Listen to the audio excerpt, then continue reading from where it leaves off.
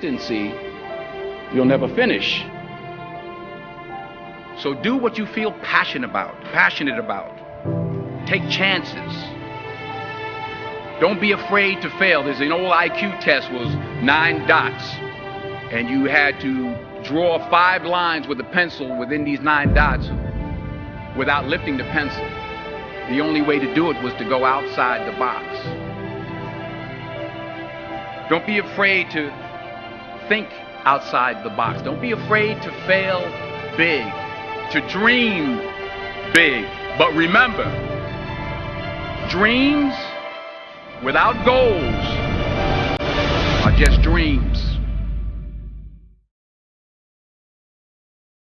Reggie Jackson struck out 2,600 times in his career, the most in the history of baseball. But you don't hear about the strikeouts. People remember the home runs.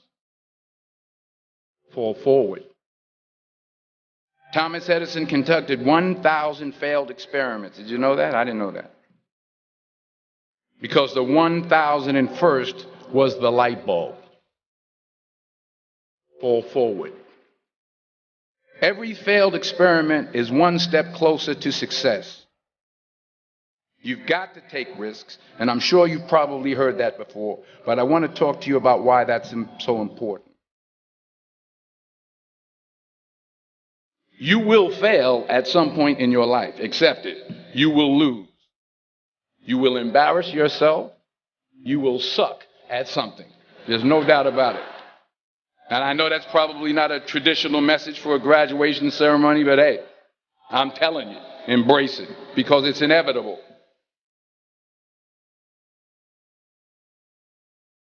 In the acting business, you fail all the time. Early on in my career, I auditioned for a part in a Broadway musical. Perfect role for me, I thought, except for the fact that I can't sing.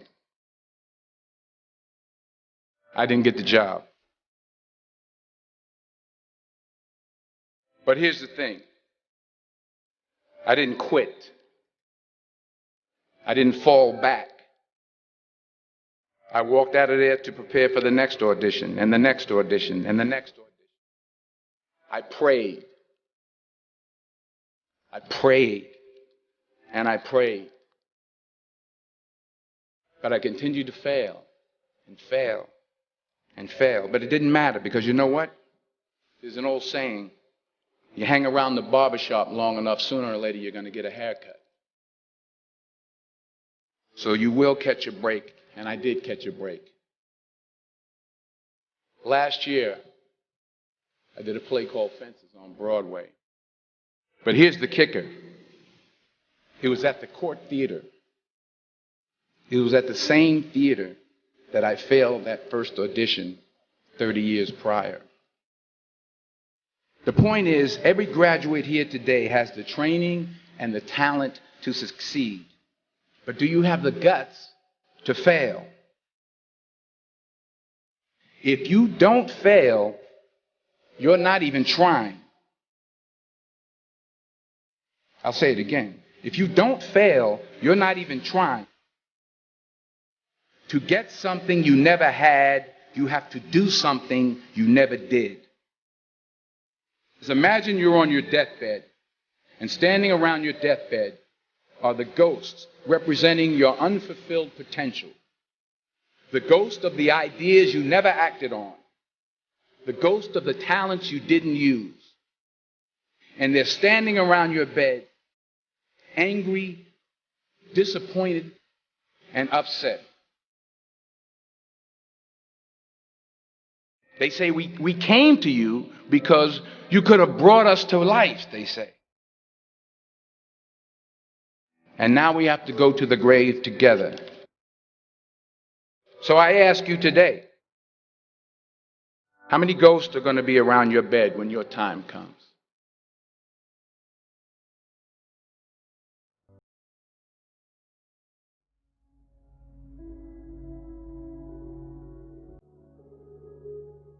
I just got back from South Africa. It's a beautiful country, but there are places there with terrible poverty that need help. And Africa is just the tip of the iceberg. The Middle East needs your help. Japan needs your help. Alabama needs your help. Tennessee needs your help. Louisiana needs your help. Philadelphia needs your help. The world needs a lot, and we need it from you. We really do. We need it from you young people. I mean, I'm not speaking for the rest of us up here, but I know I'm getting a little grayer. We need it from you, the young people, because remember this. You got to get out there.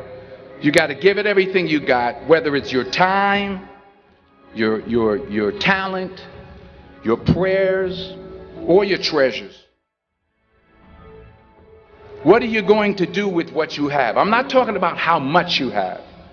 Some of you are business majors. Some of you are theologians, nurses, sociologists. Some of you have money. Some of you have patience. Some of you have kindness. Some of you have love.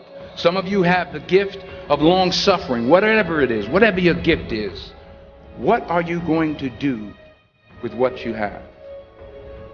All right, now here's my last point about failure. Sometimes it's the best way to figure out where you're going. Your life will never be a straight path. I began at Fordham University as a pre-med student. I took a course called cardiac morphogenesis. I couldn't read it, I couldn't say it, I sure couldn't pass it. So then I decided to go into pre-law, then journalism. And with no academic focus, my grades took off in their own direction. I was a 1.8 GPA, and the university very politely suggested that it might be better to take some time off. I was 20 years old. I was at my lowest point. And then one day, and I remember the exact day, March 27th, 1975, I was helping my mother in her beauty shop. My mother owned a beauty shop up in Mount Vernon. And there was this older woman who was considered one of the elders in the town. And I didn't know her personally, but I was looking in the mirror. And every time I looked at the mirror, I could see her behind me. And she was staring at me.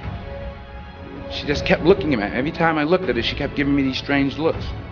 So she finally took the dryer off her head and she said something I'll never forget. She said, "Young boy, I have a prophecy, a spiritual prophecy." She said, "You are going to travel the world and speak to millions of people." And in the years that followed, just as that woman prophesied, I have traveled the world and I have spoken to millions of people through my movies. Millions who up till this day couldn't see me, who up till this day I couldn't see while I was talking to them, and they couldn't see me. They could only see the movie. They couldn't see the real me. But I see you today, and I'm encouraged by what I see, and I'm strengthened by what I see. Because taking risk is not just about going for a job. It's also about knowing what you know and what you don't know. It's about being open to people and to ideas.